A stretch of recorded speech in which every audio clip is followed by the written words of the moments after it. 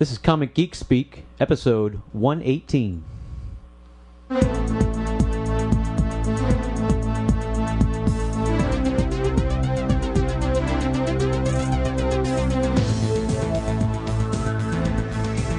And welcome to Comic Geek Speak. I'm Brian Deemer. I'm Kevin Moyer. I'm Jamie D. I'm Peter Rios.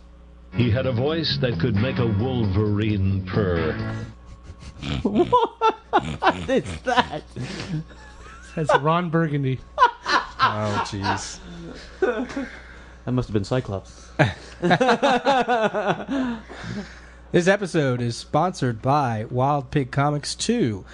New Jersey's Wild Pig Comics 2 is celebrating their 6th year with their annual 24-hour 50% off sale. From noon on Saturday, April 8th to noon on Sunday, April 9th, every item on the sales floor will be 50% off. 30,000 back issues, including high-grade silver and bronze, as well as thousands of 50-cent books from the 70s to the present, over 1,000 trades, and hundreds of statues, toys, and T-shirts. Also appearing in the store will be up-and-coming indie artist Danielle Corsetto of girlswithslingshots.com. This is not a phony sale. Prices will not be raised the night before. Wild Pig specializes in comics, no cards, no games, no fads. Just 1,400 square feet of wall-to-wall comics. This is all presented by Jersey's hardest-working shop, Wild Pig Comics 2. They are located at 14 South Michigan Avenue in Kenilworth, New Jersey, minutes from Route 22 East and the Garden State Parkway, exit 138. For further info and directions, you can go to www.wildpigcomics.com, and their phone number is 908-936-0004. And on the phone with us is Chris, co-owner of Wild Pig Comics, and also Ryan, Darth Weasel on the forum, who helped set this all up. How you doing, guys? Well, how are you? Doing good. Thanks for having us on. No problem. One of your friends just said they wanted Pogs, by the way. Yeah, I was just kidding. You said no fads, and So talk about the sale. What kind of stuff? What kind of promotions are you having? And other than what I mentioned, and why the need for it? Is it just something like kind of like a spring sale thing? Well, it started. This is the third time we've done this. We started it 2 years ago. The reason we started it was because we were participating in the official 24-hour comic challenge. Oh, right, I remember that. Mm-hmm. Yeah. Yep. Yeah, and we brought artists in, and we just decided, let's make a whole event out of it. So we just made everything in the store half off for that 24-hour period. And we had a lot of fun, and it was very lucrative, so I make it a tradition now every year, and we do very well with it. It's tempting, and we're only That's in amazing. PA. We're all sitting there like, yeah, we're getting a road trip. Road trip! Road trip. I'm there. Now, how far are you from the Philly area? I'd say about an hour and a half, probably. Probably, yeah. Is it like northeast of Philly or south? Yeah, it's actually not far from Union, New Jersey. So it's up closer to New York City than. Okay. Well, you said Route 22, right? Yeah, Route 22 East up I on the don't Garden know. State. 78 or 22. Well, it's right on 78. You go up Allentown and go on 78, and then... Oh, well, that 22. Yeah. Oh, well, Yeah, you could literally stay on 22 the whole way if you wanted to. Right, because 22 takes you into Jersey. Well, yeah, and then... yeah. How far into Jersey from the PA border? Ryan would know that better than me, probably. it's probably about 40 miles in, because I'm only about 10 miles from the PA border. So it's about an hour and a half from where we are. Yeah, I'm only about 10 miles from Easton. Oh, geez, I work in Bethlehem. That's in my backyard there. Yeah, that's not so it's not far from. I mean, it's a trip. I mean, it's about an hour from from my house, but I still do it once a week. So that'd be about 2 hours for us. So that'd be for 50% off. You stick 4 people in a car, you split the gas. That's kind of worth it.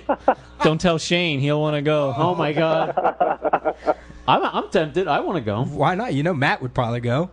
Jamie, Road trip. CGS event. I smell it.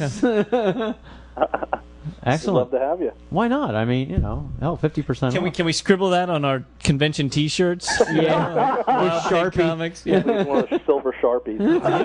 That'll be the special edition. We'll just have one with that on. That's the only place you can get it. Yep. I think I'm going to be in New York at that time, doing my Radio City job. There we go. Yeah, it's not far from there either. Yeah, but I don't have time on that Saturday all day. I'll be at Radio City. Oh man, but I'll give you a list. I'll give you a list of stuff to buy. Well, if you can be on the phone, we can, check. Yeah. Hey, I gotta read something here from your website because please. it makes me laugh. All right, it says Wild Pig Comics 2 will never promote or tolerate the following: cutthroat prices, that's cool, dishonest grading of back issues, passing off socially dysfunctional mutated half-humans as courteous, helpful employees and proprietor, human body odor, exposed festering ass crack. Amen. Pokemon and every other witless trend that removes more comics from your local shop, dirt, disorganization, and clutter, crappy new book reservation systems that give you a free bag and board if you're lucky, having to endure loud, obnoxious role-playing fuckwits while shipping earmuffs, sometimes only an expletive can tell it like it is, Muzak, self-important oafs ranting about who makes a better Green Lantern, which Star Trek show is better, and other such weighty philosophical topics that should never take precedence over thinking about how one can find a girlfriend and a life. That just made me laugh. That was the point. I'm honored you read that on the air. Thank you very much. No problem. Basically, that culminates from years of, before I ever opened a store, years of going to other stores, and every example there was something we've probably all experienced. So. Yeah, I mean, Brian conventions. Good point. Yeah. Brian just pulled up a picture, and it looks like you have the rules up on the back there. Oh, that's a what is that? Subscription. Oh, that's okay. But the store, look how clean it looks. Yeah, all the rows of the back issues He's there. pulling up pictures off your website. That we're touring the sty, as yes. we like to call it. Tour the pig. You also have a great thing on the site, how to open a comic store. I was like, yeah, thanks for mentioning that. That was kind of something that had just happened by chance. Basically, over the years, every now and then people have written me asking, like, how do you open a comic book store? And I realized when I did it, because I opened it 7 years ago, that I had no idea what the hell I was doing. And I made a lot of mistakes, and in business you always lose money when you make mistakes. Sure. So I basically took a lot of the questions that have been asked over the years and kind of put them all together into this essay. And it's been gratifying because a lot of people have written me since then saying, thanks, and it helped me out and whatever. So that was fun to do that because I put all my mistakes into that. Yeah, essay. You can find that on your site under the tips section. That's correct. Yeah. That's great. Looks like we're just flipping through the pictures. Looks like a great store and all those back everything. Boxes. Yeah. Oh, thank you very much. And the Spider-Man head, Alex Ross bust. I also had to laugh. You put down, if you're going to open a comic store, don't have a family. Yeah. That's cardinal rule number one. If I had had a family when I opened, I never would have, and I still don't, which tells you something. But I never would have done it. I mean, it's gratifying, but it's tremendous work. I mean, I have another job. I'm a teacher as well. I mean, it's a lot of not effort, an easy thing to do. But well, if you're gonna do it right, you know what I mean. You could put half-ass time into it, and you're gonna have a half-ass store. Absolutely. But from the pictures that we're looking at, I mean, it's very clean, very organized, very well set up.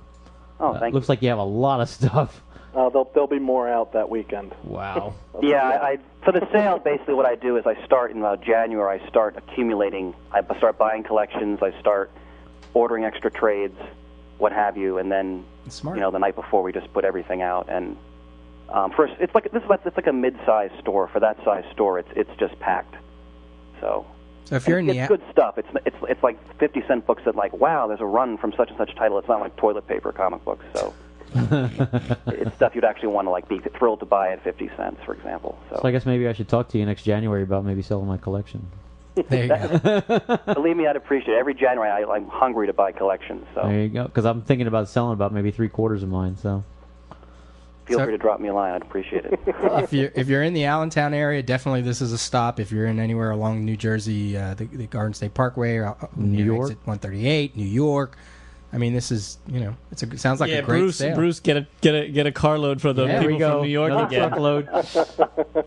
I'll send you my list. That's great. So you said 6 years, right? You're going on 6 years here now with this second store. Yes. What's it been like?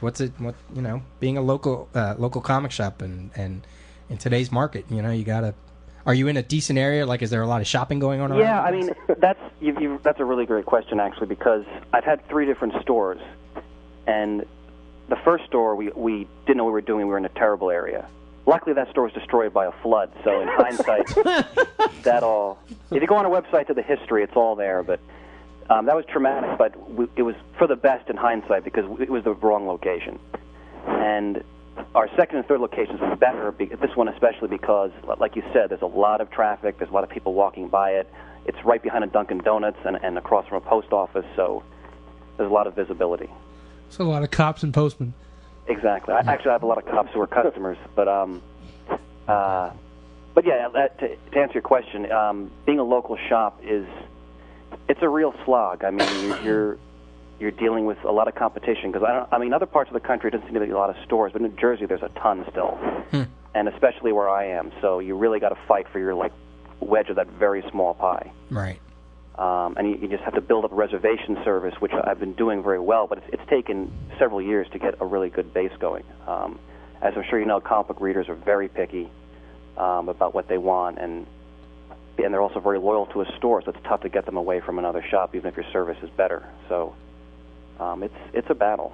So, I mean, obviously this sale must work, or you continue to do it. So, but I mean, to sell everything in the store at 50% off, and if you get a lot of traffic, I mean, that's a lot of volume of stuff I'm sure you must unload. Does that really pay off for you? Well, that's a good... Yeah, basically what we do is I do a lot of, very specific ordering the month leading up to the sale. So, for example, I'll order certain numbers of various trades. Then I'll hold certain numbers in reserve for after the sale. So it doesn't seem like the store is wiped out after the sale is over. Right. And in terms of we do make money on most of the stuff. We make money on all the back issues. That's where we make the best money. We make some money on the trades. Statues and toys, honestly, we don't make money, but they're there so people can go, wow, look, I'm getting this at 50% off, and they're thrilled and they buy other things too. So in general, we do well. And it's smart, you especially in terms of back issues, you got to unload some of that stuff every now and then because if it just sits there, absolutely, nobody's going to buy it. Out old stock. Yeah. Absolutely, because there are books that even if they're good, they just don't sell that well when they come out. But then at $1.50, people want to try them out and buy them. Right. So and we at least make some money back from that little investment. So. Why Danielle Corsetto? Is she local to? No, she's a very good friend of mine who I met at the Pittsburgh Comic-Con about 3 years ago, and I was very impressed with her artwork, and became good friends. And she's come to this every year, and I just like supporting her because she's done a little bit of work for Marvel, and her web comic is doing well, and she's doing Batboy now for the that's right, the Weekly World News. World News, yeah, took over from Peter Bagg, which is just an hysterical assignment. So, and she's really talented. That's one of the main reasons I like her. There, she's not a hack. So, that's always a plus. Indeed. You mentioned Pittsburgh. Are you going out to Pittsburgh this year? Oh, we do that every year. We've been going every year now for 10 years. About 10 years. Wow. 10 years. Then we'll see you out there. Yeah, we'll be there. Yeah, we'll be there. We've been going since I was in college, I think. 96 or 97, something like that. Now, do you go as a retailer, or do you go just to... I go. We go just to have fun. We have friends out there, and okay. I just go in terms of business. I just go to buy stuff. I know some of the dealers out there, and there's a shop out there called Ides, which runs a huge sale while the show is in town, and you guys should really check it out. It's one of the oldest comic shops in the country. I bought a lot of my some key Silver Age issues at Ides. Well, Kevin, okay. Back in Pittsburgh. We'll be going out early, so we could make a stop out there. Yeah.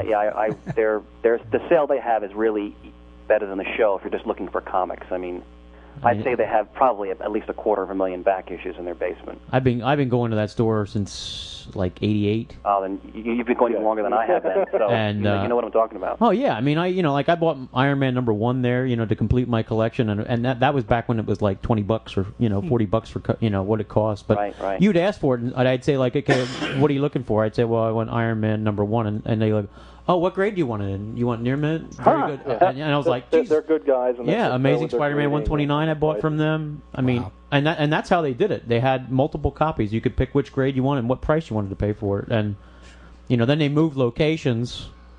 That's right. Yeah, they moved next door. Yeah. Yeah, and now you go downstairs and have all the stuff in the basement and everything up. It's always been a great store. So absolutely. Where in the city is that? I think it's on Penn Avenue. Penn Avenue, right near the convention center? Yeah, it's right near the I convention think it's center. right near the convention center. It's not far from the convention center. Because I know the one time we were out there, they had the car show was going on when we were there too. I think it's a couple blocks. Yeah. But the convention center where the Comic-Con is not that convention center. Right. Yeah, I think it's in the 900 block, if I'm not mistaken. That sounds about right. Yeah, I can't remember the exact. It's right by where the bus terminal was. Yep. But I believe that they're tearing down the bus terminal, so you can't use that as a landmark anymore. Where the not big hard to pile find, of though. rubble is. Yeah. It's not hard to find. It's not hard to find at all. So, are you going to play episodes of CGS during the sale?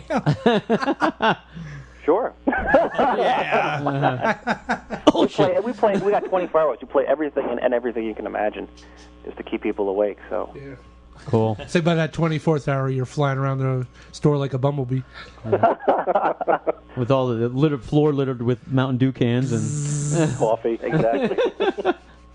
Red Bull. And crumpled up poly bags and stuff. There's people sleeping in sleeping bags in the back room.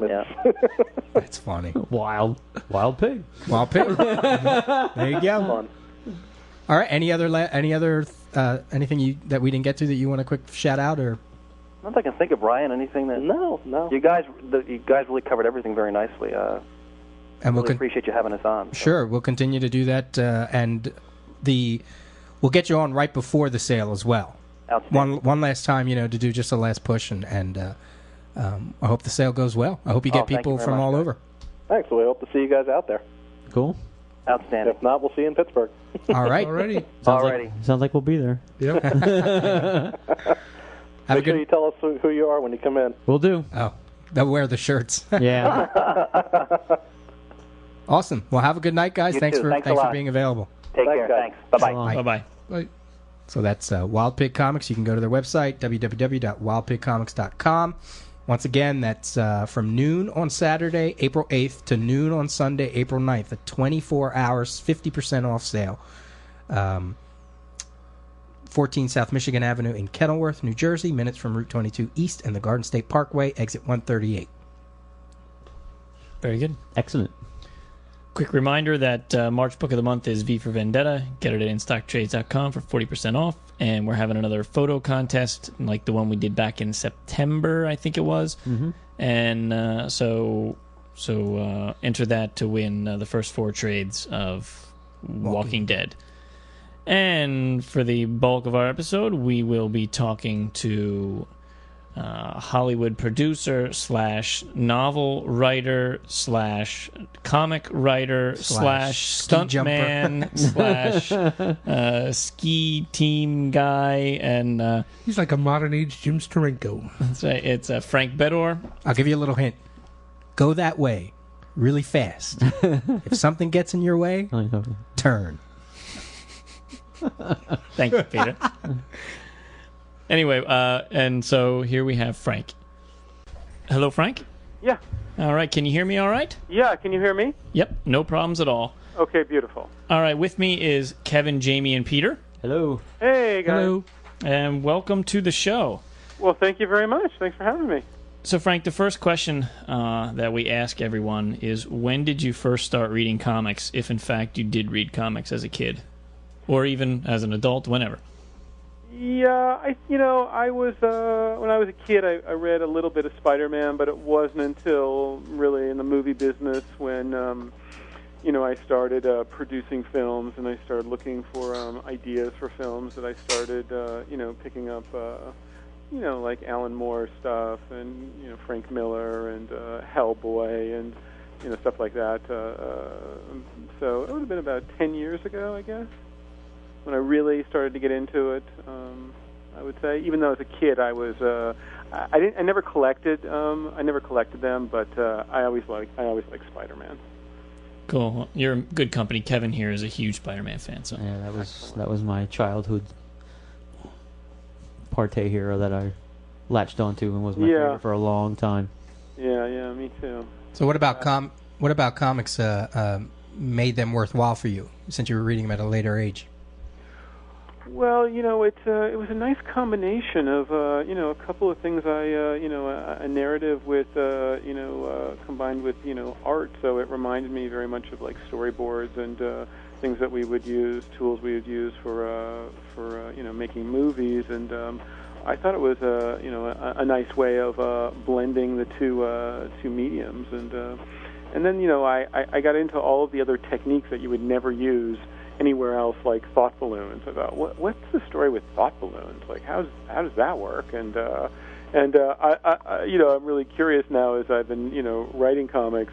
I've been picking up on a lot of articles and discussions about thought balloons versus the little the first person narrative box and things like that. So it's sort of an evolution from a fan to then my career in the movie business back to being a creator.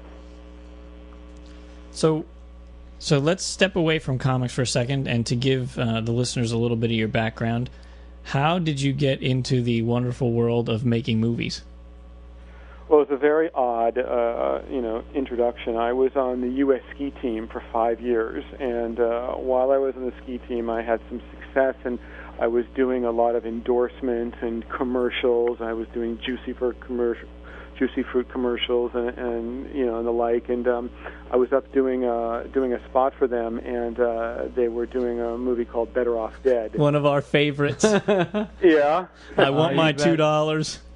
Yeah, which I didn't even know about the movie. I didn't know anything about the script. They just said it's John Cusack, who was new to the scene, and they said, look, we need somebody to do these stunts. And I said, okay, well, sure, I'll do it. And so so I started doing stunts in some movies that were ski stunts, and then one of the directors was Joe Dante, and he said, hey, I'm doing this movie in Hollywood.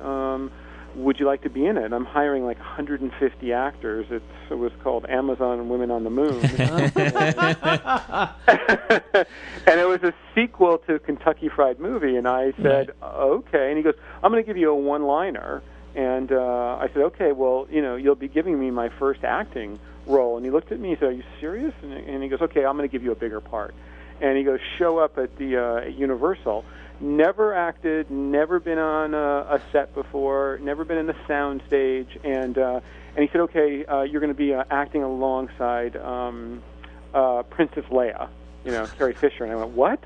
And so he brought me in, and she was sitting on a couch, and I put my hand out to shake her hands, and I was introduced, and she grabs my hand and she pulls me down next to the couch and throws her arm around me and looks up at Joe and says, thank you for getting me such a handsome, bit player. And I was speechless, and I was so nervous. I literally forgot my first line when they said action. I just totally blanked out. And anyway, I did the scene, and he liked it, and then I came back the next day, and then that led to about 4 or 5 movies in a row where I just kept falling into movies as an actor, and I said, oh, well, this is great. This should be my career. And literally the second I said that, everything stopped. Of course. It became impossible. I couldn't get a part. I was totally horrible on auditions, and it was at that point I said, I don't like this. I don't like this lifestyle, and I wrote a story about something I knew a lot about, which was the 10th Mountain Division, which was the first skiing and climbing troops that fought during World War II. And I basically pitched it as the Dirty Dozen on skis. And this, too, was the first time I'd ever gone to, in this case, it was the head of a studio, and I went in with the producers of, Spielberg's producers, Frank Marshall and Kathleen Turner, Kathleen Kennedy. And I went in and I pitched the story, and they bought the story that day in the room. They go, we want to make this movie. And nothing ever happened. I was in the beginning of the World War II resurgence, and by the time we got it together, so many World War II movies had come and gone that they decided not to make it. But that got me into writing and producing. Cool. So then eventually you went on to produce There's Something About Mary, which made you a nice chunk of change. And am I correct? That's the story there? Yeah, that's what happened. When I was an actor and I was ambitious and I took a Shakespeare class at UCLA, I laughed because it's just too comical that I was in the Shakespeare class. But and there were these two young writers, and John Strauss and Ed Decter, and they were first-time writers, and they were working on a script. There's Something About Mary for Disney, and as their friend, I was reading it and giving them notes, and then 5 years later, when I started producing, I went to them and said, "Is there anything you guys have in the trunk of your car, that I could produce?" And they said, "No, we've sold everything, except for that first script that we wrote, Something About Mary. It's sitting on a shelf at Interscope and Disney, and if you can buy it and turn around, you can basically do with it whatever you like. We'd love you to, produce it and pursue it." So that's what I did. I went to Interscope and I said I wanted to buy it and turn around, which means there's a clause that all writers have that allows, after a certain period of time, the rights revert back to them, or they can purchase the script back for the amount of money that the company has invested. And so it was their first job, and they didn't. It wasn't a lot of money, so I bought it back, and then I went to the Fairley Brothers. And they wanted to do it, and then on a chairlift at Sundance. This is how the whole skiing thing comes around. At a chairlift at Sundance, I pitched it to one of the Fox executives, and by the time we got off the chairlift, he said, "I'm going to make this movie." Now, I did another interview once where I said I actually pulled out the script and read scenes from the script. That was an exaggeration. I just verbally pitched it to him, and the rest of it is history. Isn't that all on the director's cut? You know what? It might be. Because I just watched that. A friend of mine just let me borrow the director's cut, and I saw. Oh, right. There was a whole. And that story's on it. Yeah. That was on. That's on there, I guess. It was that whole freaking story. So then you told me at New York that you then took a couple year break, and that's when you decided to take your hand at writing a novel. Well, here's the thing. I mean, it's obviously it's really satisfying to produce a movie, and it's really satisfying to, it's great to make people laugh and to make a couple of bucks. But at the end of the day, it wasn't as satisfying as I thought it should have been, and I couldn't. I was trying to get my arms around what was missing, and I realized that as a producer, you're a facilitator, and I wanted to be a creator. And so instead of pursuing development deal after development deal, I stepped back, and I had been working on this project for a long time, and I had originally thought of the Looking Glass Wars as a movie idea, and I decided that I would write the first novel, and basically just in secret. I just didn't want to tell anybody. I didn't want any pressure. I didn't want anybody asking me. I didn't want any expectation, and in case it was a complete disaster, and so this is now sort of my coming out party with the Looking Glass Wars coming out in the UK, and then and the comic book idea came out of the book tour in the UK when fans kept asking for more of Hatter Madigan. And I came back to the States, and I said, you know what, I'm gonna try. If I can find the right artist, I'm gonna try doing a comic book. So let's before we talk about the comic, let's set it up by talking a little about the novel. At New York, you gave me a copy, and I just finished it last night. Oh, great! And I have to say that I very much enjoyed it. So the concept is it's kind of an alternative reality Alice in Wonderland story.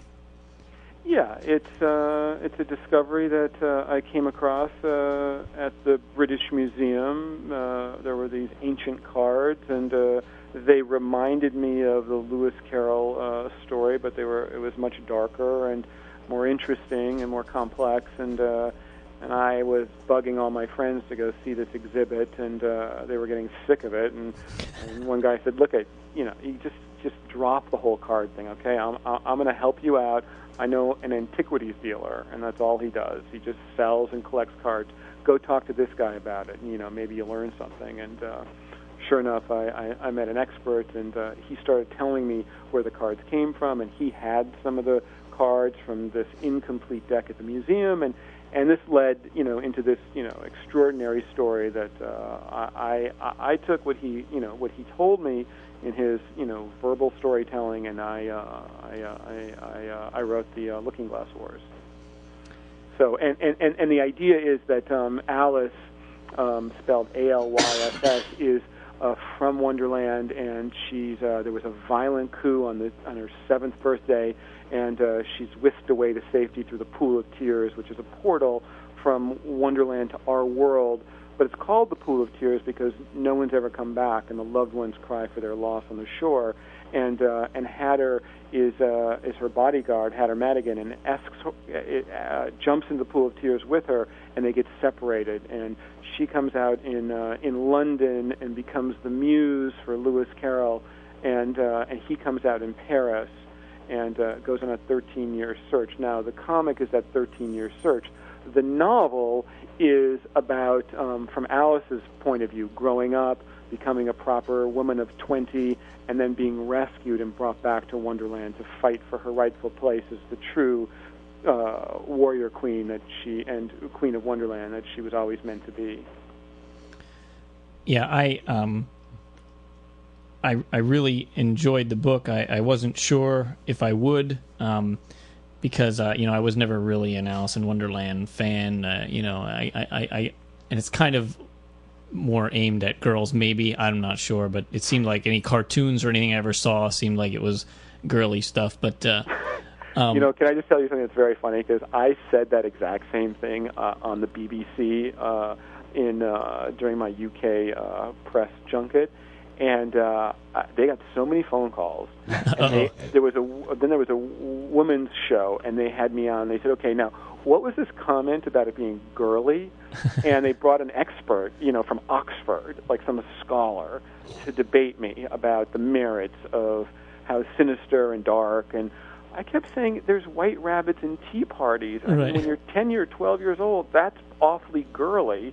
As an adult, you can maybe read into all the different layers and the whole, riff off of the Victorian times. But I said the exact same thing and caught hell for it. But this book is clearly not girly in any way, shape, or form. In fact, it's quite. I'm not sure what the word I got. Severe or not severe? That sounds horrible. But it's mature yet kid safe at the same time. It's pretty serious in tone in a lot of cases, but it's never intense.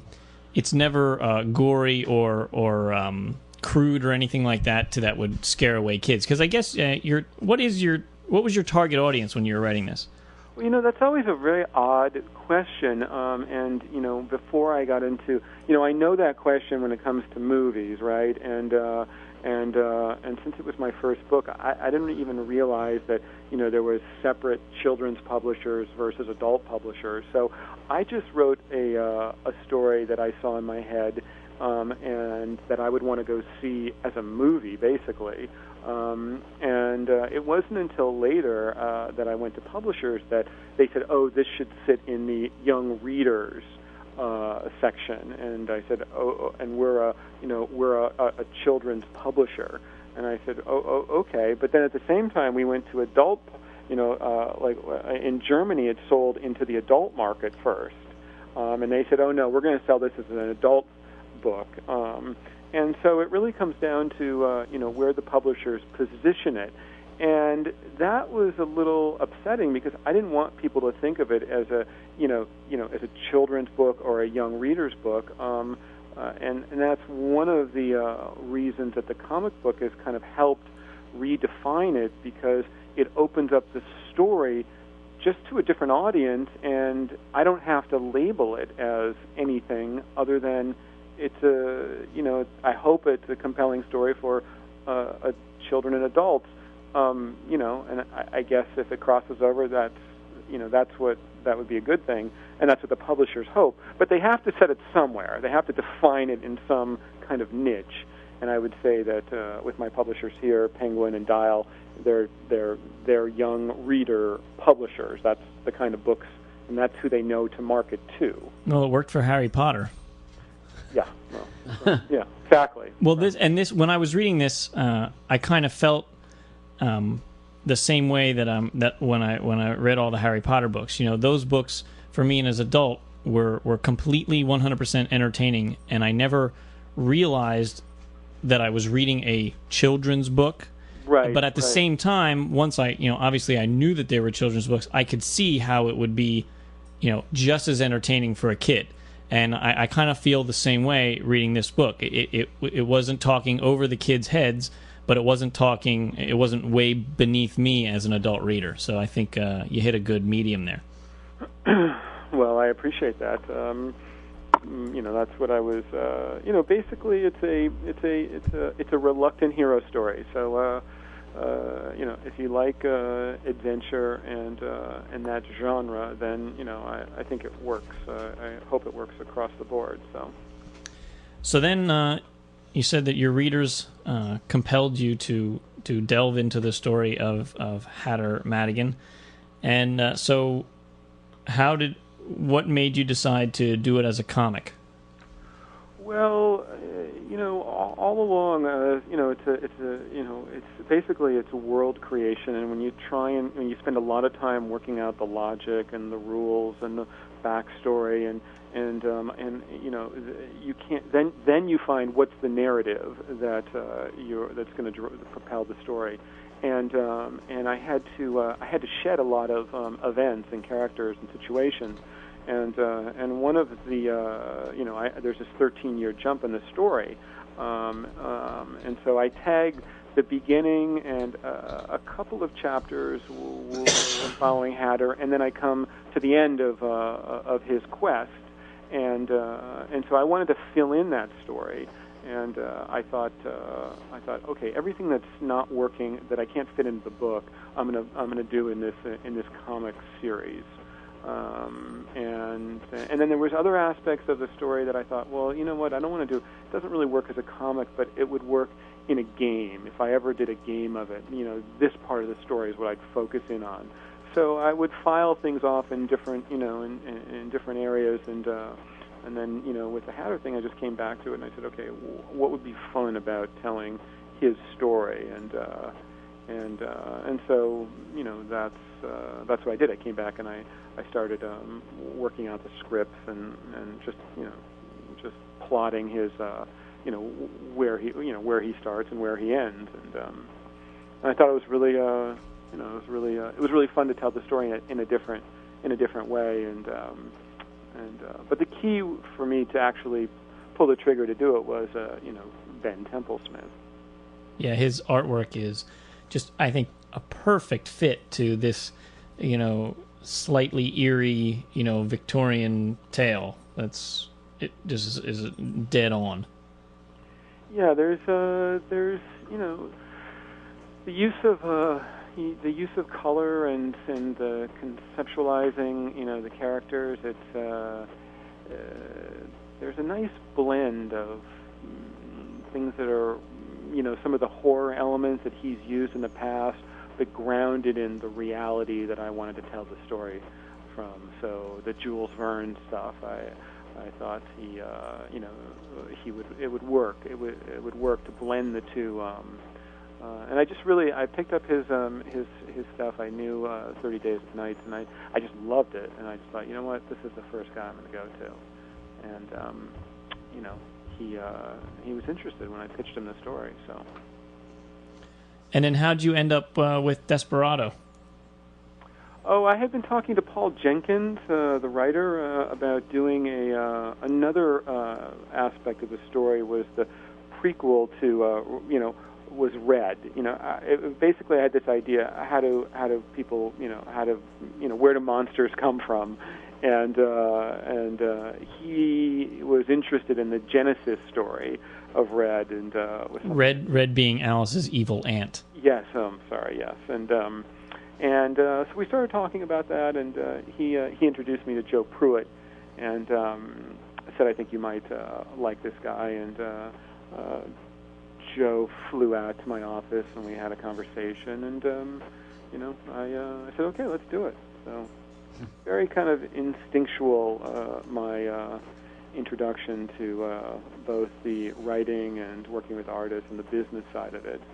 Just letting things kind of, evolve and happen as opposed to, kind of forcing it. So I feel fortunate both with Ben and with Desperado and Image. They've done a really nice job of getting the word out and supporting the book. So the first issue is already out, and the second issue is coming the 15th? On Wednesday, yeah. Yeah, so perfect time to get on board.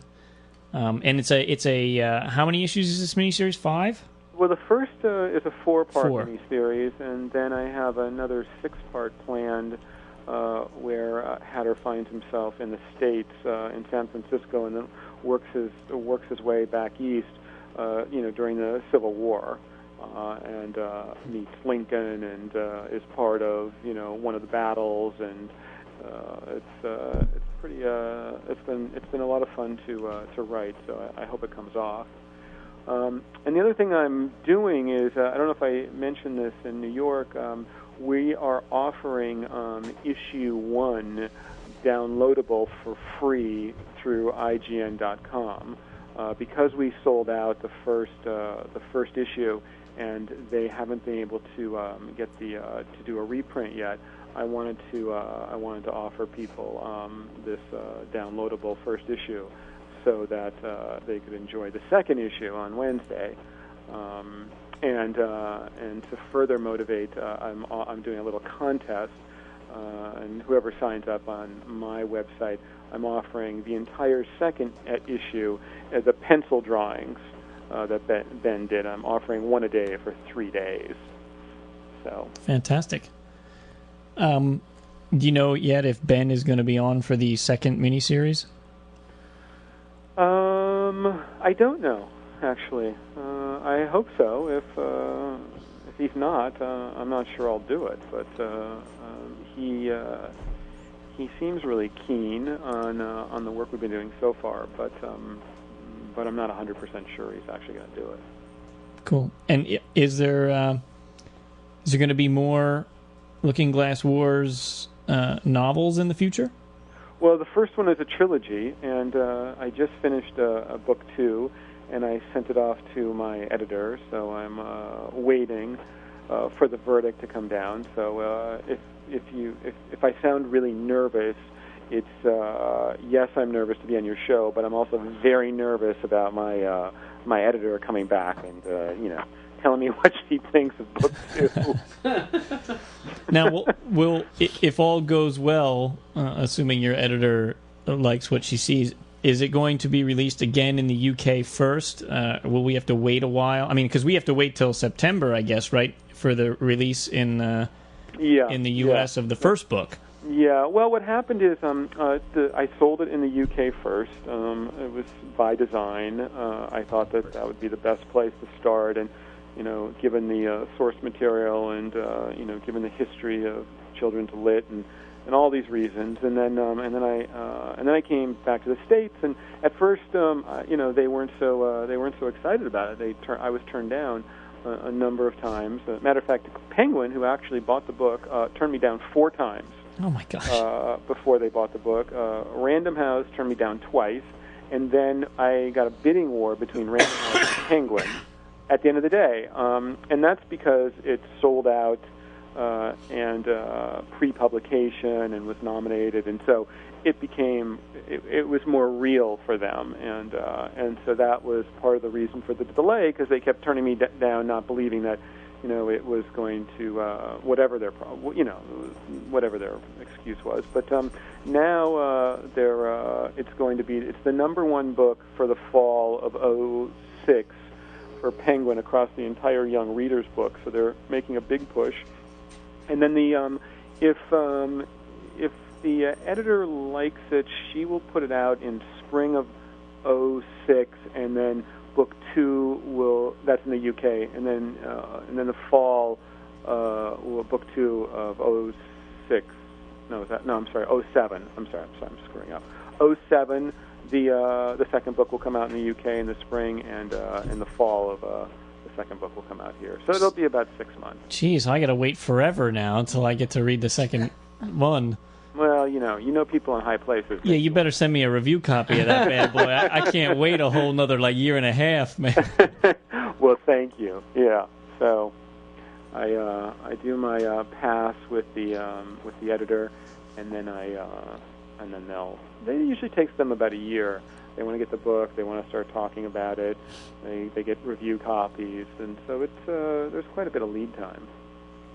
So what's been your experience on the other side? You as a producer pitching movies. Now here you are pitching your creative ideas. What's that been like?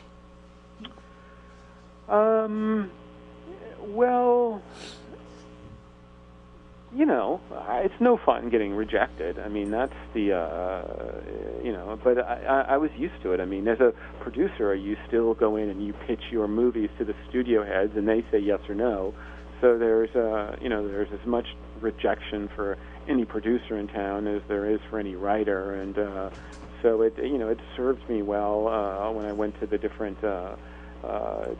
publishing houses, and Mary took 10 years to get made. So because they turned me down a few times, is no big deal as long as at the end of the day somebody eventually buys it, and people have to get their arms around a new writer, a new voice, a new project, another book, and in a way, being from Hollywood was a detriment because they looked at it as hype or a producer, and that worked against me. And if I talked about the movie version, the editors were turned off.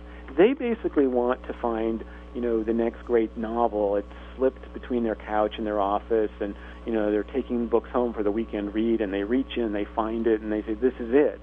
They don't like I don't think they like the idea of somebody coming in and pitching like we do in Hollywood. And so that was sort of a learning curve for me. It's don't go in at the top, find an editor, let them discover the book in their own way, and then they'll come back and collaborate. Where I was like, hey, here it is, and I had this artwork that I had Doug Chang, who did Star Wars, and I had all of these showy components because I thought it was important to visualize the world for them because it was a new world. Well, they looked at that as a bit of a pushback. Except for my editor in the UK, she saw the world and she embraced it. So all's well that ends well. Now, you intend to turn this into a movie? Of course. Because do you want to play Alice, Brian?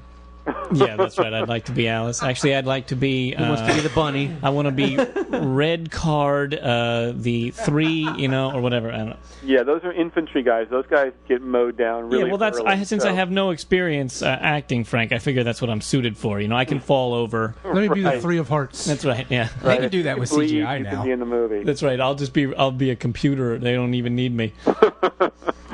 But has that train started, or is this still years down the road, or? With the movies, you never know. I've been working on. I have the script for book 1. I've worked with a special effects company, and they've done a few tests for me. I've been talking to some directors. I'm going slow, and I'm looking for the right director. And I've become very protective now of the Looking Glass Wars universe and the world. So I want to do it right, and there's other jobs out there to pursue. Where this one I just want to go slowly. And I also think that once the books come out and the comics are out, and it sort of takes hold. We'll learn a lot, and it might inform, what the look and the feel of the movie is.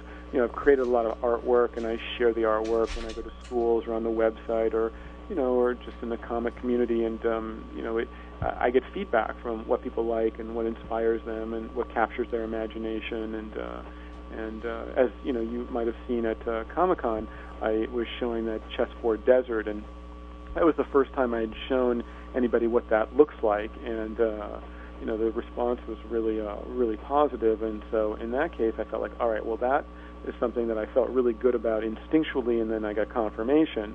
Where in some other things I've created, people go, oh, I didn't think the cat would look like that, or I thought it would be more like this. And so then I start to rethink, all right, well, is this the best I can do in terms of visualizing my world?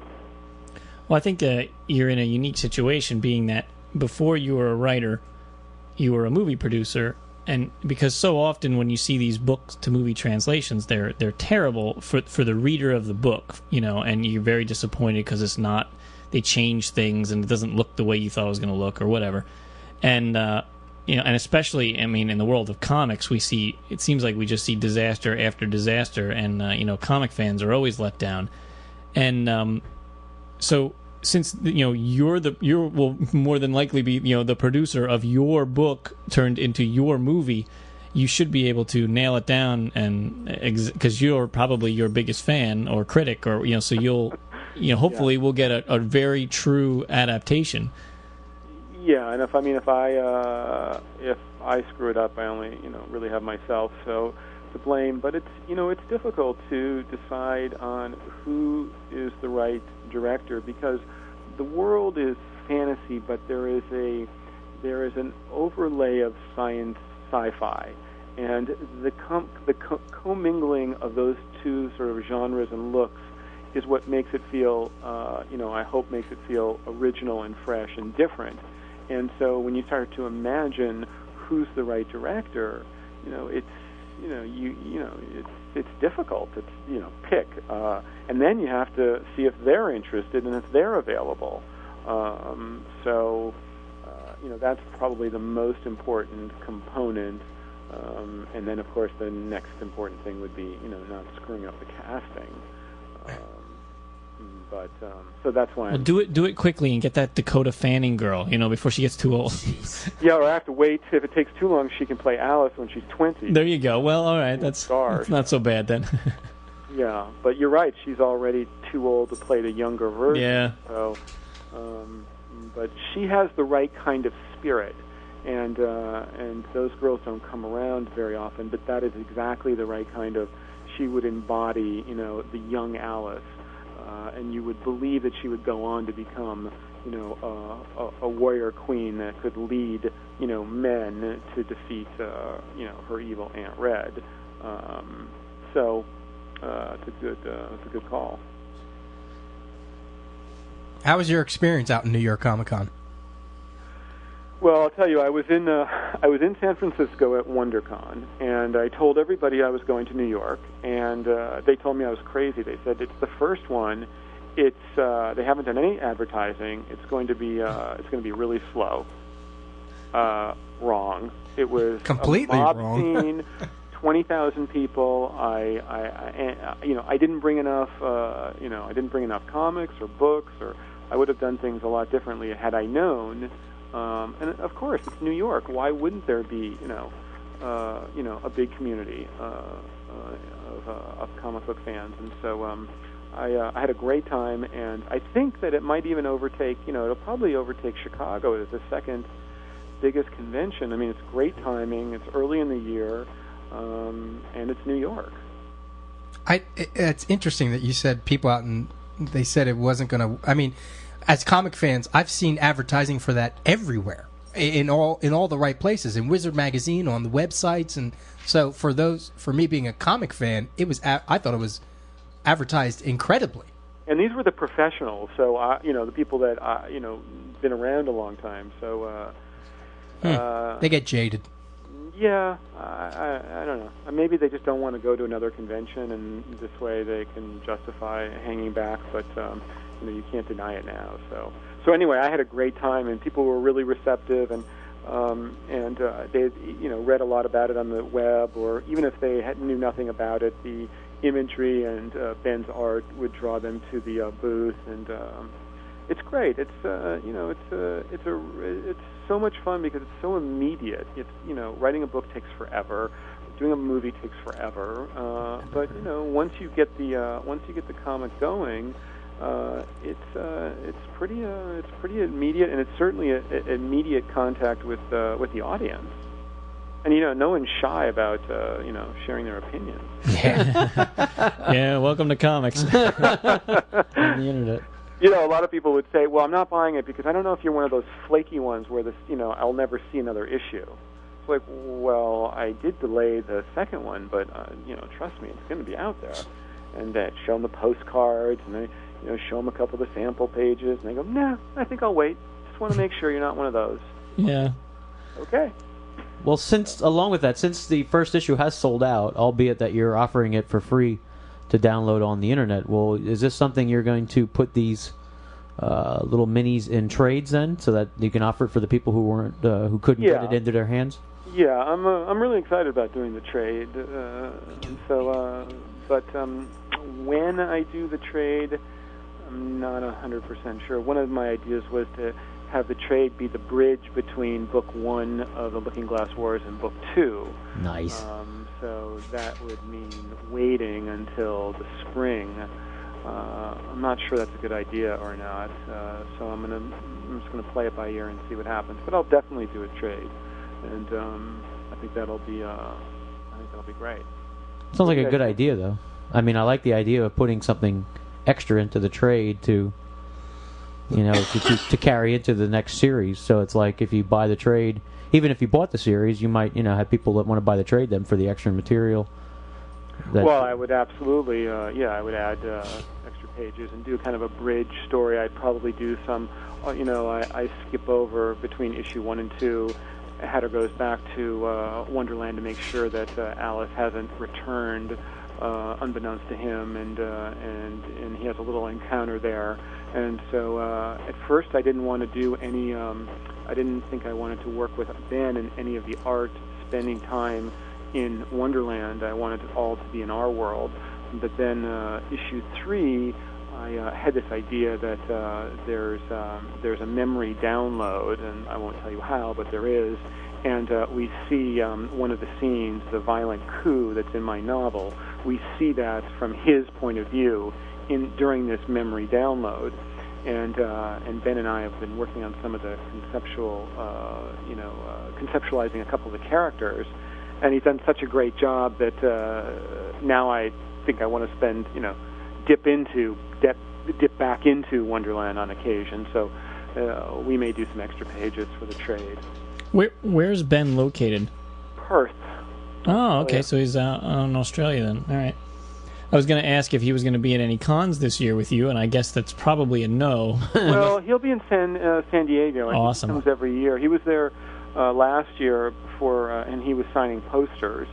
I did a whole bunch of Hatter posters, and I was giving away. So I'm sure he'll be back, and he'll be at our booth for a while. Awesome. Cool. Now, other than San Diego, you doing any other cons this year? I'm doing Wizards here this coming weekend in L.A. I'm going up to Emerald City in Seattle. I'll definitely do San Diego and Chicago. I might do Charlotte, but I'm going to do WonderCon. Not WonderCon, WorldCon. I'm going to do that. That's here this year. That's pretty much it. All right. Well, we'll see you in Chicago and in San Diego. Okay, great. I'll tell you, this has totally flown under my radar, and this is so in my wheelhouse. I mean, I love... My favorite comic book series right now is Fables. Oh, wow, I just bought that. Neverwhere from Neil Gaiman is one of my favorite novels. Okay. And this so sounds like it melds right into those two of, not so much Neverwhere being in modern day, but whereas it's like an underground society that's existing along with our society. I've gotten to read about half of the first comic because they've been passing it around. I just didn't get a chance to read it, and I'm loving what I'm reading and looking over the novel. I mean, I was hooked like a couple words into the first description, so I'm dying to read this, and I wish you all the success because it looks like it's going to be great. Well, thank you very much. I'm a big fan of Neil Gaiman's books, and Neverwhere. It's Neverwhere, right? Yes. Now, I thought that would have made a terrific movie. Mm-hmm. and I read it years ago for that exact reason. But the rights had been taken, and somebody had produced. I think the BBC produced a movie version of it. So yeah, it was a TV. It was a TV. It wasn't too bad, but I would love to see what they could do with a budget for some of the special effects. Yeah, that's what I was trying to do. I said somebody should, I should try and remake that. But yeah, it's very much the same thing, and that's been the fun of the comic with Hatter. It's not a prequel or a sequel. It's it's really it's sort of an equal. It's an extension. It's an adjunct to the story, and to be able to spend more time with real characters like Jules Verne or the next series with Abe Lincoln and things like that, and melding history with fantasy and is it's great it's great fun, and then to spend the time to create a world which was really it took a couple of years before I even wrote anything, just working on the world creation. Then suddenly, the world is there, so it's a little bit easier to. All I have to do is, figure out the narrative. And so in book 2, it's like, well, I know the world and I know all the characters. Let me extend it. And in the book 2, there's a neighboring nation of Borderland, and it's made up of all sorts of tribes, and so the story part of the story in book 2 takes place there, and so now it's extended even further. And then in book 3, I can extend it again, and that's the connectivity and extendability of the world is what's so fun, and why I enjoy living in this little private Idaho of mine. So, but thank you for that. It's been nice when people are connecting with it. I'm kind of shocked. Especially when people read it and they can articulate back things that I had thought that I was trying to communicate, and it actually works. That's a little stunning. Well, my wife and I leave for vacation this week, and we're taking the book because my wife wants to read it, and then after vacation it gets passed around to the rest of the guys who want to read it, and and then we'll be anxiously awaiting book 2. And don't forget, book 1's coming out in hardback. It's collectible, so Okay, so I can add it to my shelves. Help me out. Nudge, nudge, wink, wink. Yeah. Yeah, this is like time to push the project. Cool. Yeah. So. And I think that issue 3 is. Well, we'll see. It's a little pushback. I think issue 3 is going to come out in May, maybe in June, and then issue 4 is going to come out right before in August, right before San Diego. Looking Glass Wars publishes. All right. Well, we wish you all the best of luck. Thanks, guys. I really appreciate it. Thanks for the time, and thanks for reading. Yeah, and well, thanks so much for joining us, and we look forward to more Hatter M and Looking Glass Wars. All right. Well, I will do my best. I will get on it. All right. And if you need us to spur Ben, we have a bunch of listeners in Australia, and I'm sure they could go, roust him up. And oh, really? Oh, you know what? I'd like to take you up on that. Cool. I really would. Yeah, and there'll be a substantial reward for anyone who can prod him. Okay, because I know we have at least a couple. Well, Mike Parkinson from Perth, from Perth. Yeah. An artist who's very active in our community is from Perth, so maybe he can find where he lives and give him a boot in the ass. That would be great. There's a bottle of Dom in it, so please help me out. Thank you. Okay, Frank. Thanks so much. I really appreciate it, guys. Take care. And have a great night. All right, you too. Bye-bye. Bye. Bye. Yeah, I got to tell you, I mean, I'm not just kissing his ass. I really did enjoy the book. I really do want to read more of this. I love series. You know that about me. I love stories to just keep going and going and going. So I'm ready for the next book. And this freaking artwork. I'd never read 30 Days a Night. I mean, I heard great things about it. I just never got around to reading it. So I hadn't read anything that, to my knowledge, that Ben Templesmith drew. This freaking artwork is great in this, and it's perfect. I mean, what do you think, Peter? Yeah, I mean, it matches the story. He's exactly right. I mean, he captures the the world that he wants to create and the character. And he was talking about, the thought balloons versus the narrative boxes, the little first-person narration boxes. And it's cool because when you look at these it's been a while since I've read a comic that had thought balloons.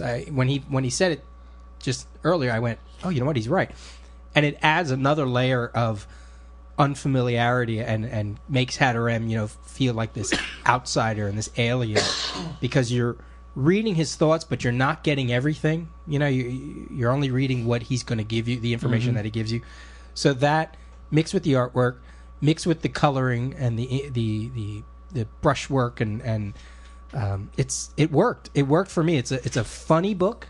It's not like laugh out loud funny, but when you look at the cover and you think, oh, this is going to be serious, and then you read it and you went, and it's got humor, it's got I think funny situations. It's interesting for me that I didn't get the humor because the first half of that book is told in the novel, and then that's where the novel stops, and then the second half of this comic it continues where the novel left off. And I know the parts that you're referring to as humorous. In the novel, they're not humorous at all. And so having read the novel, I was seeing this through the novel's eyes. So for me, I didn't get any humor. So that's interesting that you see that. There's that scene where he attacks the kites. And he goes, red seekers have followed me from Wonderland. Now, I haven't read the novel, so I don't know if there's any, precedent to kites flying around. Oh, well, the red seekers are something you don't want to mess with. Are they? Do they look like kites? Does he describe them as kites? I don't think so. But it's just that he's never been to regular Earth, and right? So, and that's what makes it funny. That to me is where you get the humor, because you got this very innocent guy who's attacking kites, with these awesome blades that shoot out of his forearm. So, and then you get the family looking at him like, what the heck? And then they run away. Le monster, le monster.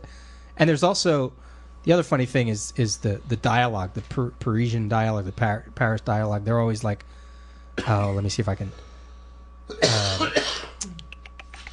Where they're always like, lay this, lay that, lay scream, lay, you know what I mean? Like, le scream, it's you expect it in some words, but not in everything, So that was another one that made me laugh. See, I got a real Jack the Ripper vibe off of this comic. Because he's wearing the Victorian clothes and the top hat and everything, and it's and he's a it would be interesting. He's a working assassin machine. I mean, he's just I could see getting back to England and encountering Jack the Ripper. And instead of it becoming a serial killer, he's actually like killing people from Wonderland or something like that. Like they take over the hookers or whatever. Like it would be an interesting twist on the Jack the Ripper story, but it worked. It worked on a lot of levels, and it's something that I'm looking forward to. So yeah, again, the second issue will be out the 15th, which I guess actually is it's like the Wednesday or something before this episode airs, or this, right? Because it's not air on a Monday or something like that. Yeah. So check it out. I know I'm gonna actually the 15th of what, March? Yeah, this month. Okay. Yeah, just in a couple of days from 2 days from now, right? Okay. And thank you, the guys at April and Joe over at Desperado for pushing that. I mean, I know you introduced them, but they were really cool about. April introduced me to Frank, and that got everything in motion, and it was cool.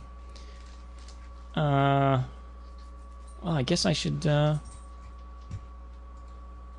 about a really clumsy segue here, but I should stump the Rios, huh? Oh, there we go.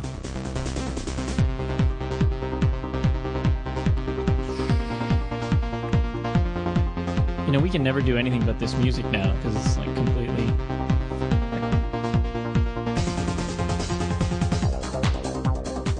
For nothing else, when we get to when I have to do the show notes, it gives me I know exactly where to put the time marker.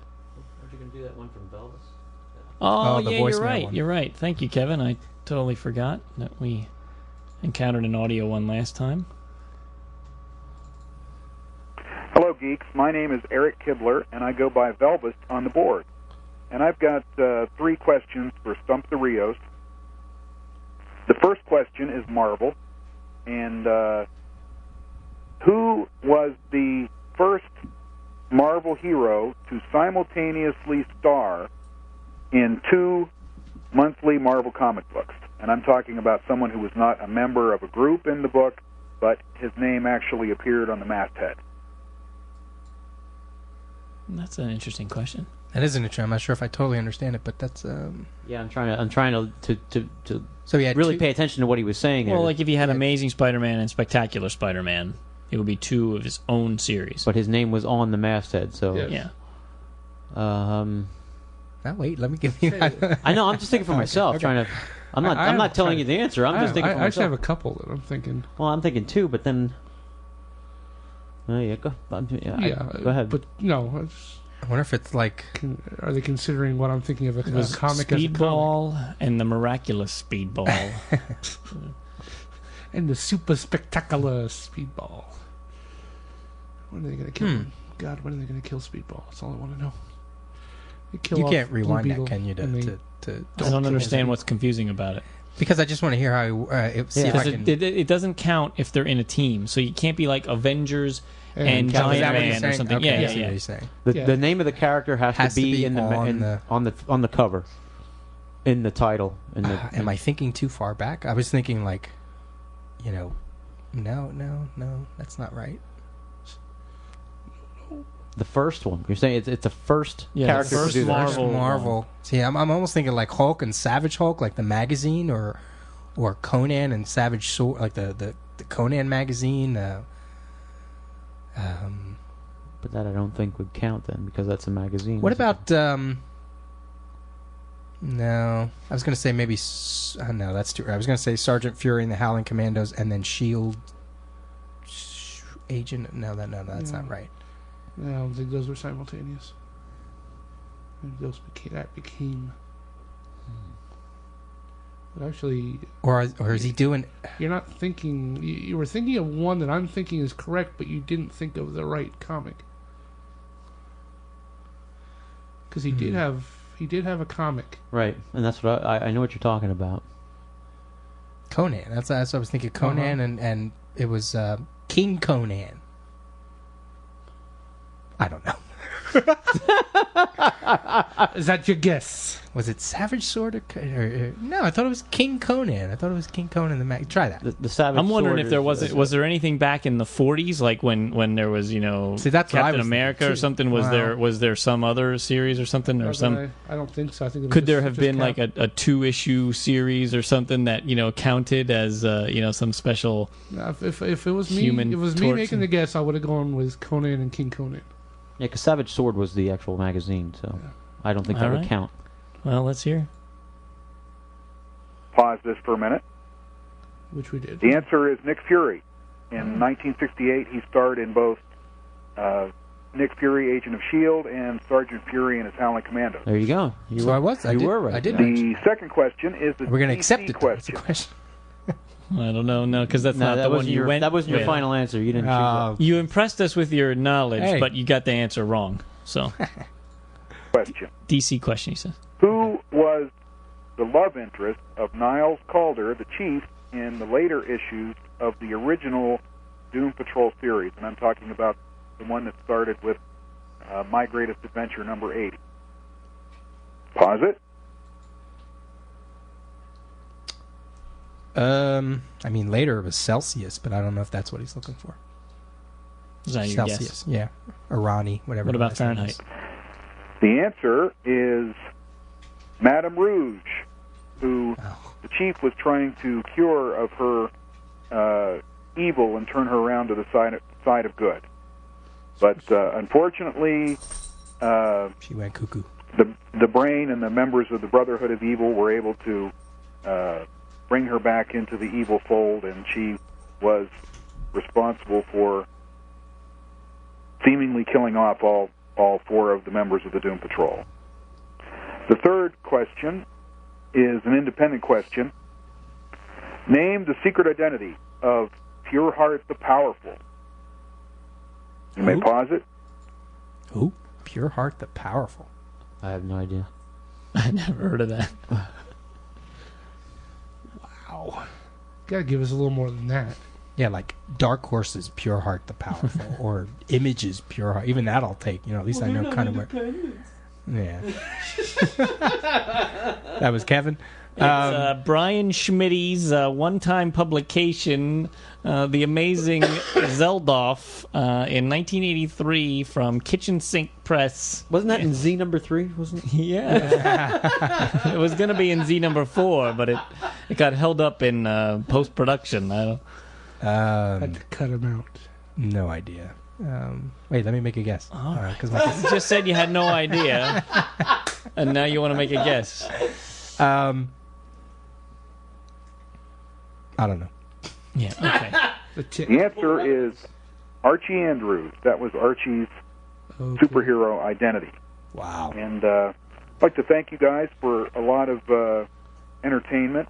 And the other day I was playing the Infinite Crisis number 4 episode in the car with my son, and Jamie made the comment, every page made me say, "What the fuck?" And of course it was too late. I looked over at my son, and his eyes were bugging out. And then someone, I think it might have been Shane, said Velvis needs to get some earphones for his kids. And, I stopped the iPod, and I had to explain to my son that was a reference to him, and he actually kind of enjoyed that. He was a little proud. Went home that day and told his mother that he'd been mentioned on the Comic Geek Speak podcast. So thanks for that, and we'll keep listening. And at this point, I think my son has probably heard all the words that you might commonly or uncommonly use, and I'm certainly not asking you to go overboard, but at this point in his life, he's almost 11, he knows that people swear, and he knows that he himself is not supposed to do it, so I suppose that's good enough. So I'll be listening. Bye. Now he gets to hear his daddy say it. That's right. He'll make sure he won't know this. Well, when he hears the beginning of the Stump the Reels, he'll know, okay, son, I gotta turn this one we're going to off. fast forward for 3 minutes. I'm gonna start putting in. I have to put in a rule. If I even remotely say the answer, gotta go with it. Come on. Come on now. It was brilliant. I said it, and it was right there. Come on. But then you changed your mind. Well, see, that's what I mean. But I've said the answer. In school, This ain't Jeopardy. It's not your final. This ain't Millionaire. Your in final. school, Is that your when final you're answer? filling out the multiple choice, Is that and you your say, final answer? It's D. It's D. No, I'm going to put B. And then when the answer comes back and it's D, you don't get to give credit back because you say to your teacher, honest to God, I said D first. I said it. 2 plus That's what 2 I mean. equals We know you're smart. 1, but, 2, 3, 4, 5. you Now I got it said it wrong. in there, but I didn't write it down. That's right. Hey, I backed you up on throwing that one out, so I won't back you up on that one. Too bad. No, he wins It was the a good prize. pull, though. It was. It was a good question. Yeah. He doesn't. Didn't you get the one? No, he Oh, you lost got all three. wrong. Oh, that's right. He Okay. stumped He it. stumped him. Wow. He was blank and stumped. We wanted to do a Off the rack. right? Yep. Go. You want to take it away, Jamie? I will take it away. I have 2 that I read that I got up at New York. I want to talk about Key Foo Fighters, which I know Brian had already talked about last time we did an Off the Rack. And while I enjoyed it, I liked the artwork, kind of computer generated it looked like on a lot of stuff. I liked kind of the setup and the story. I was ultimately turned off by the time I got to the end of it and found out it looked like one giant advertisement for a collectible card game.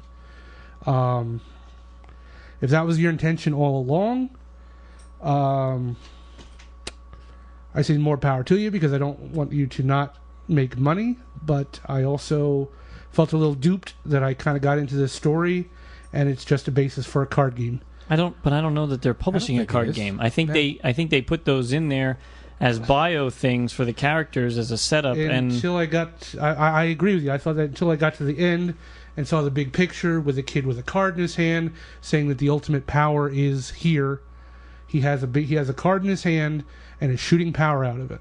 So I'm thinking that somehow they're going to tie this into a card game, kind of like Duel Man. Now, if I'm wrong, please send us an email. I know you guys listen. If you're right, why the? It turns me off. I don't. Especially since they gave it away for free. Not only to us, but to everybody at the convention. I'll say, and they were cool, you know. Well, they seem like nice guys, but it turns me off because I want a comic series. I don't want something that's going to go into a card game. There are too many of those out there, and this seemed to be like they were doing something a little bit different, and I was digging it. And to me, that's what makes things like Ninja Turtles and some of those that were comic books and nothing but comic books before makes them a little better than some of the like Yu-Gi-Oh and Duel Master and some of the crap that I see out there now. And like I said, I was digging this Crap that sells. I don't care if it sells or not. And I know, you know, that's you know, I'm not arguing your like or dislike of it, but I mean, it kind of turned me off at the end. I was liking it. I was thinking I'm still going to give it to my niece and let her look at it and let her read it.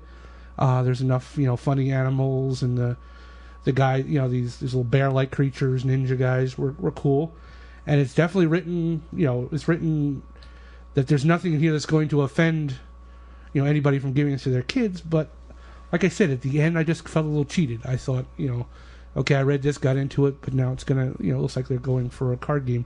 Again, if I'm wrong, put it on the forum. You know, start a thing. You know, you're wrong. This is what we're doing with it, and you know, I'm going to seek out number 2 when it comes out.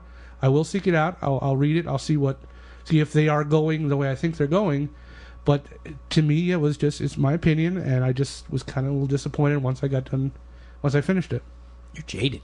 And if it isn't going that way, then you're going to publicly apologize. Yes, I will publicly apologize. I see if it is going this way, and again, I'm not arguing your like or dislike of it, but if it is going this way, their target audience is a younger audience, and that's something they might love latch those onto. cards. Like we just talked to Frank, and he talks about writing the novel and the comic, but he has ulterior motives to then create the movie. I mean, you can't isolate your product in today's age of like everything is everywhere. The media, it's not just comics; it's also collectible card games. But the whole thing is, for me, it's when you build something around just the card game type deal that just turns me off. I mean, if they had written this, and that's why I'm saying you write this for a comic first. Then, if a collectible card game comes off of it, fine. If they want to turn this into a video game, fine. If they want to take this and make this an animated series, great. But don't put the basis, at least what I can see, into a collectible card game and make that, you know, they're using cards in their world as their power. Because it just turns me off. But the cards weren't in the comics, were they? It didn't seem to be in the comic in the first one. But when I get to the last page, and the big splash page tells me the real power of the universe of their world is in, and he's holding this card and it's shooting, you know, power up into the sky. And the preceding pages were giving me breakdowns like Magic cards or Yu-Gi-Oh cards of all of the heroes, all of your heroes. With the abilities and all that stuff. In it, it smacks to me of that's what they're working for. Now, whether they have it or not, but just... I would rather see them work the other way. If you know, get the comic out there, get it into the kids' hands, and then if a company wants to develop a game around it, fine. If the it smacks to me of just the commercialism of, like I say, of the Yu-Gi-Oh with their cartoon series and other cartoons, Card Captors and other cartoon series that I've seen, that it's just out there as an excuse to sell the cards. I see Target for a fricking swear coming in. But I did wind up picking one up when we were at the pop culture party. They had copies sitting out of some books. I picked up a book called Elk's Run. It's by Horse and Buggy Productions. I know I'm going to butcher these names. Joshua Hale Filakoff is a writer. Art by Noel Tozan. Colors by Scott A. Keating. The cover was by Dotson Tran, with letters by Jason Hanley. And this book actually I enjoyed. It had a very X-File-ish feel to it.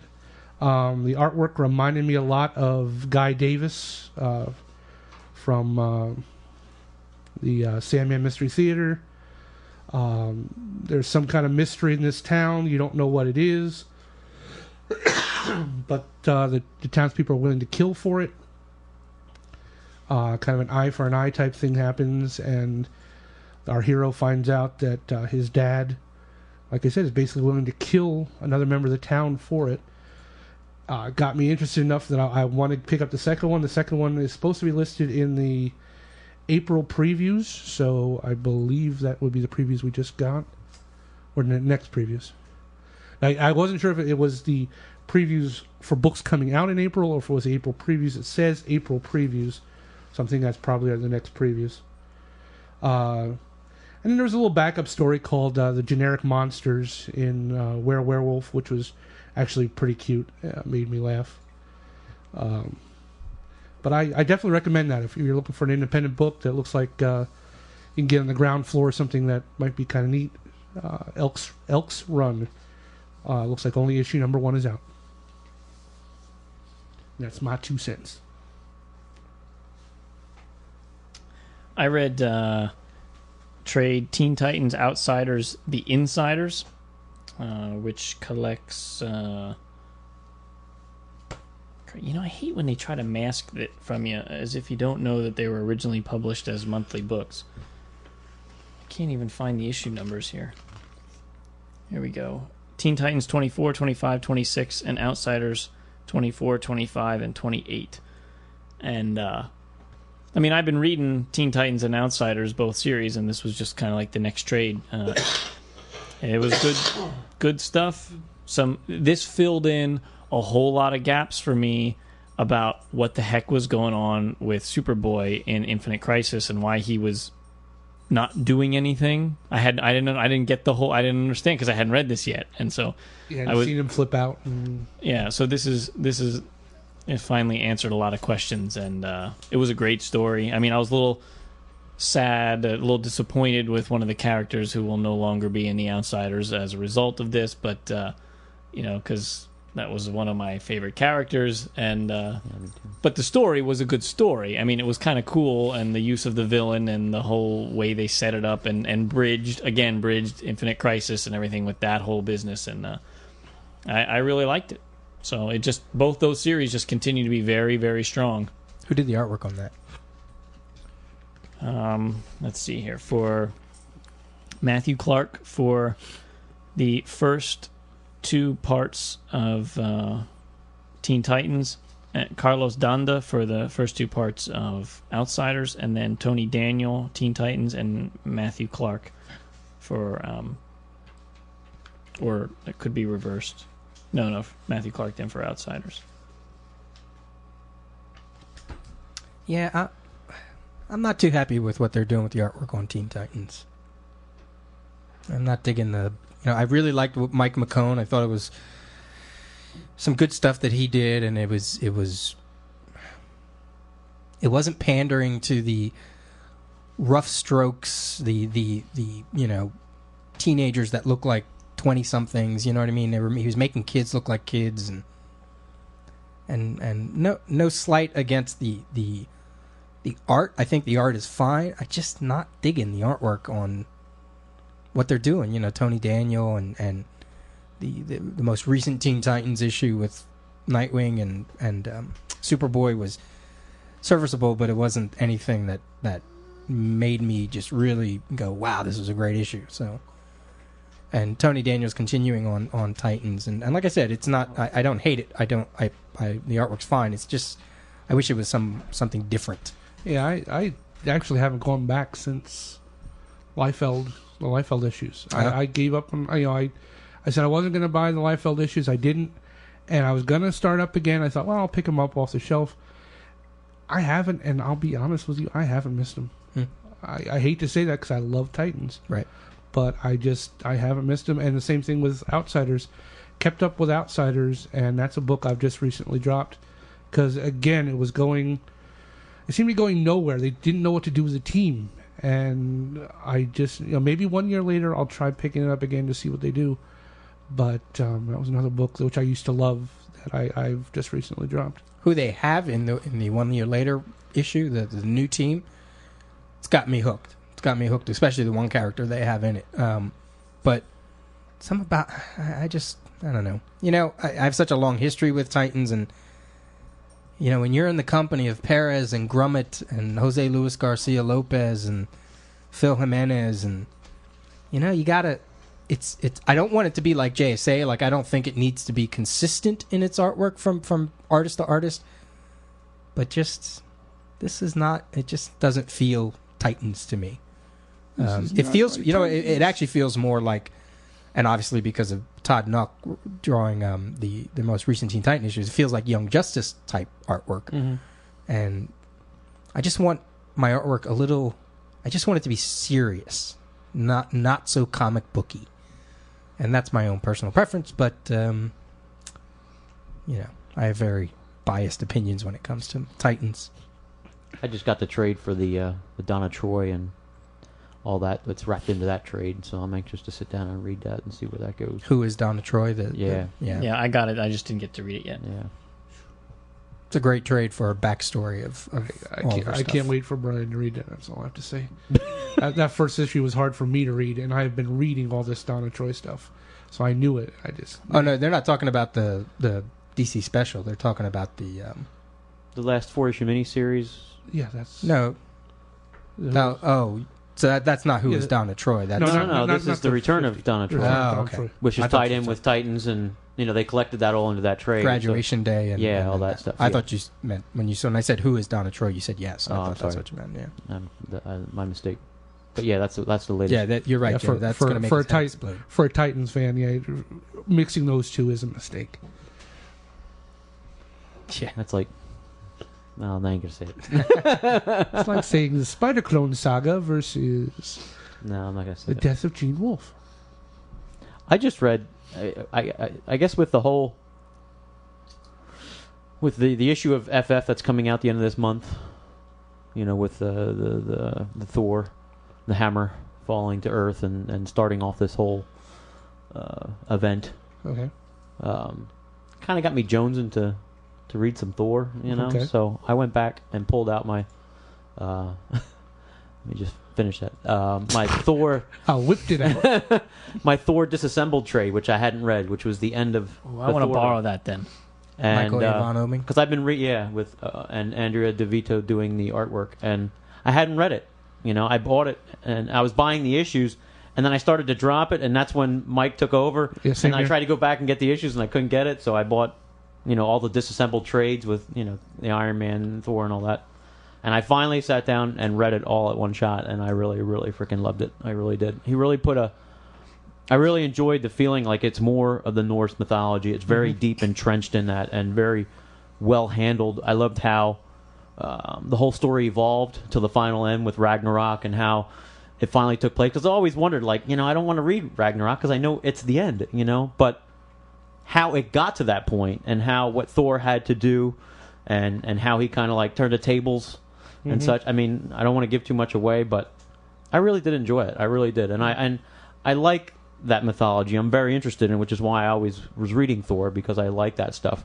And I think Mike A. Oeming did a wonderful job incorporating that and really, really pulling it out at the end and making it a worthwhile story. It was one of the best ending of a series that I've read ever. And oh yeah, the thing I loved about it is the fact that he took everything that had come before, right, and just paid homage to everybody who had done something. I mean, using everybody you can think of out of the Thor universe, bringing Beta Ray Bill back, in a cool, awesome way. I mean, I just loved when Zap and all of a sudden he's back. The death of Balder, and you have to kill the Warriors 3, and Sif is there, and you got to see all the Surtur and thin Volstagg. Yes, Volstagg lost all that weight.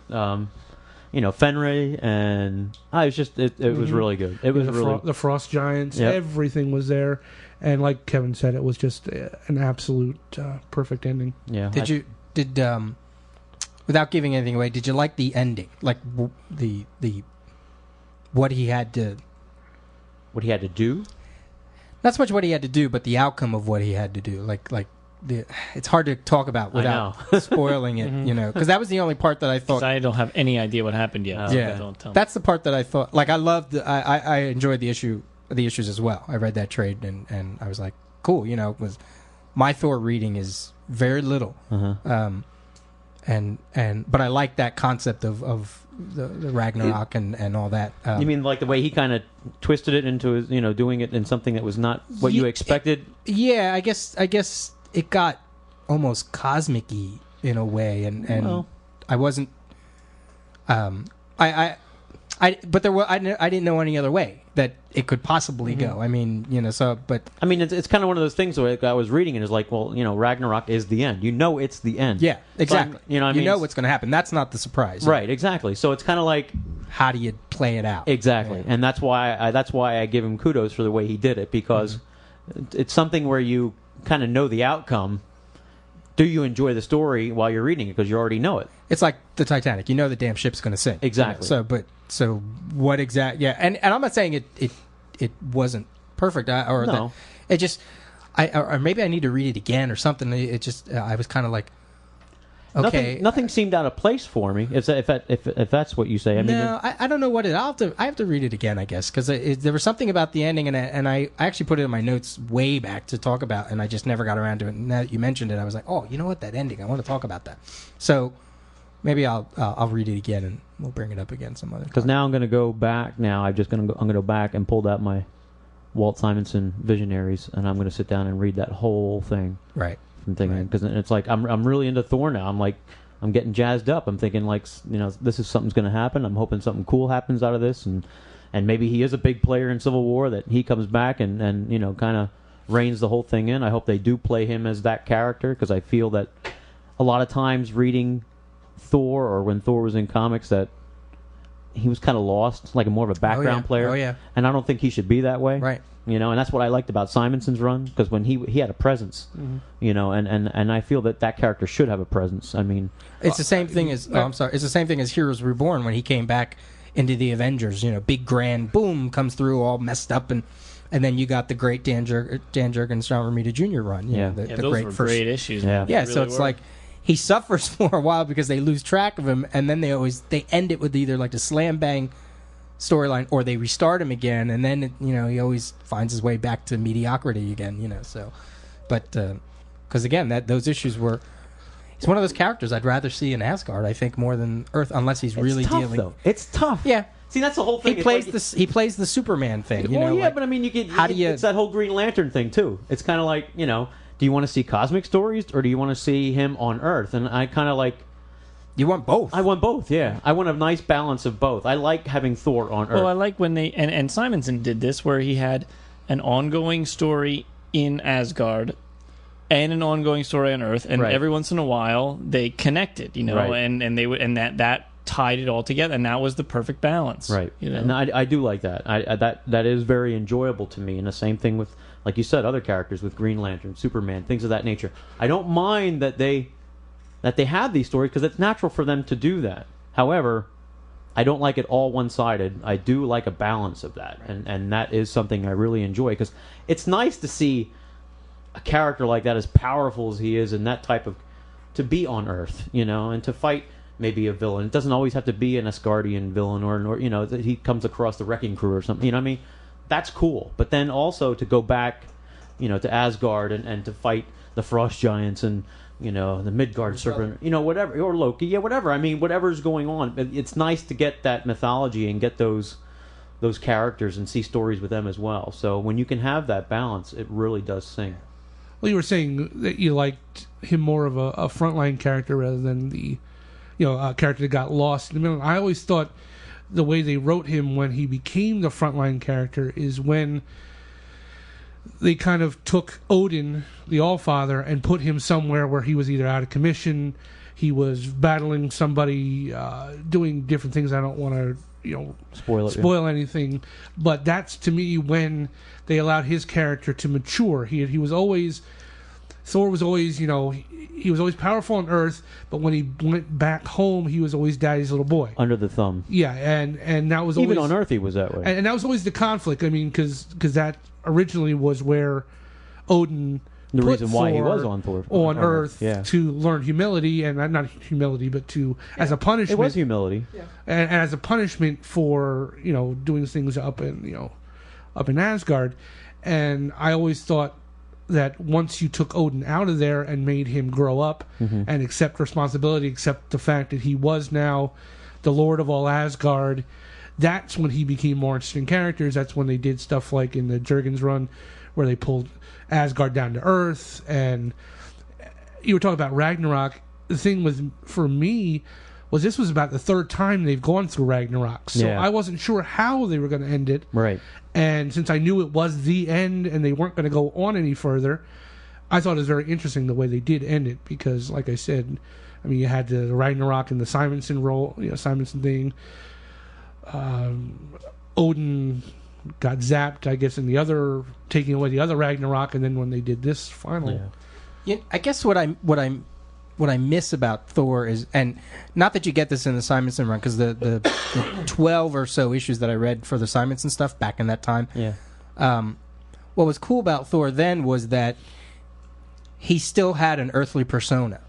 And I guess I miss, or I'd be more interested in seeing the original version of the character where there is a Donald Blake and a Thor. You know what I mean? Like, there's so many years that it just wasn't there. Yeah. But that was one thing that even Dan Jurgens then put into it with the whole new guy. I forget what the hell his name is. The ambulance guy. I don't remember. Olsen. Yeah. You know, like that. You know, just as Spider-Man, by way of whatever, he basically got Uncle Ben killed. That was the thing about Thor. You know, that was the fault in that Marvel character, was that he was this lame doctor. Blah blah blah blah blah. Same thing with Hulk. You know, if you never had Bruce Banner again, you could do Hulk. Peter Davis certainly did Hulk, but still, Bruce Banner, you got to get back to Bruce Banner. He's the grounding rod for the character. So I wonder if maybe that was the reason why. Which is the way to which way is a good way to have that balance too, because while he is not transformed onto Earth, then my assumption is that he is in Asgard. Right. So like when whoever is, you know, like you said, Jake Olsen, when he transforms into Thor, then that pulls him to Earth, and you know you have that.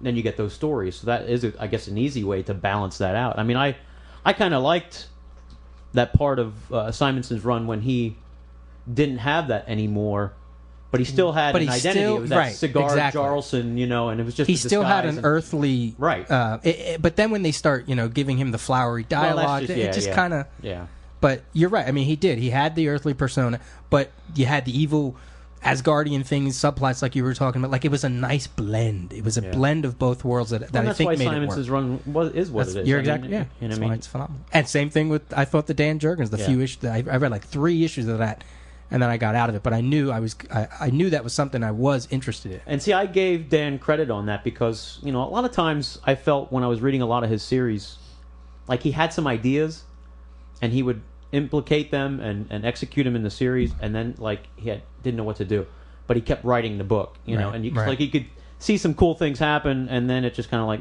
you know, it very, very mediocre. But the first 13 issues of that was even after that 12, 13. I mean, to me, that's why I'm saying the statement I'm making is that is the first series that he wrote that I kept reading and I kept wanting to read it. You know, to me, it finally was something that he kept having ideas for, kept evolving, you know, with his stories, and kept it interesting. And that was the first series that I read of Dan Jurgens that I wanted to keep reading the series, and I bought all the issues and kept reading it. So Thor was cool. I mean, I'm hoping they do something really cool with him and they don't mess it up. And he does come back, and they do reestablish him with that type of presence where he is something more than just as an Avenger or, you know, somebody that's there. Yeah. So it makes me a little nervous when they start saying that, you know, Neil Gaiman's going to write it. I love, you know, you love Neil Gaiman, but I'm like, oh, they're going to get too mythological with it. Well, see, now that they've been talking about that a lot because of this, and you know, it's like 2 years ago that Neil Gaiman had come to knowledge that he had proposed to do a new Thor book, and it was supposed to be that, you know, the hammer falls to Earth. And then new people find it. Yeah, like kids find it, like teenagers, reincarnated, and they get reincarnated as the gods, you know, and so it's like teenagers and young adults that become these new reincarnated versions of them. Which I was like, and then I guess was it Straczynski? I guess that got a hold of, you know, heard what he did and wanted to do something, but then added to it and pulled some things out of it, and kind of like and Quesada was into it, but then I guess Mark Miller heard what he had to say and thought it was really cool, but wanted to do something, so he went to Quesada about it, and Quesada said, yeah, go ahead, do it. even though Straczynski kind of implicated all these things, and then it never came to fruition. So you have no idea. So I don't know if they're taking elements out of what Gaiman had done, certain things, and then taking some things that what Straczynski and writing Fantastic Four, and what Miller wanted to do with it too. I don't, you don't know. It's Miller's writing Civil War, so I guess we'll find out. So in a couple months. Between Straczynski writing FF and having this reintroduced in FF, and Miller writing Civil War, between the two of them, you just never know. But I just hope that it really comes out really cool. So that's my hopes. Yep. All right, this episode was sponsored by New Jersey's Wild Pig Comics number 2. They're celebrating their 6th year of survival with their annual 24-hour 50% off sale from noon on Saturday, April 8th to noon on Sunday, April 9th. Every item on the sales floor will be 50% off. Whew. So if you are in Kenilworth, New Jersey, they are located at 14th South Michigan Avenue in Kenilworth, New Jersey, minutes from Route 22 East and the Garden State Parkway. Exit 138. For further info and directions, go to www.wildpigcomics.com, and their phone number is 908-936-0004. Why, thank you, Peter. And a big thanks to Frank Beddor for joining us. And everyone go out and get Hatter M issue 2 and read issue 1 online. And the Looking Glass War Collector Edition hardcover. Yeah, in September. If you want to send us an email, it's comicgeekspeak@gmail.com, and our website is comicgeekspeak.com. Big thanks to upallnightgaming.com for hosting the website. Please vote for us at Podcast Alley. You can do that at comicgeekspeak.com/vote. And a reminder that we are brought to you in conjunction with worldfamouscomics.com, your spot on the internet for the best comic book and entertainment-related columns, contests, features, reviews, news, resources, and more. And as always, we are uniting the world's mightiest heroes, one listener at a time.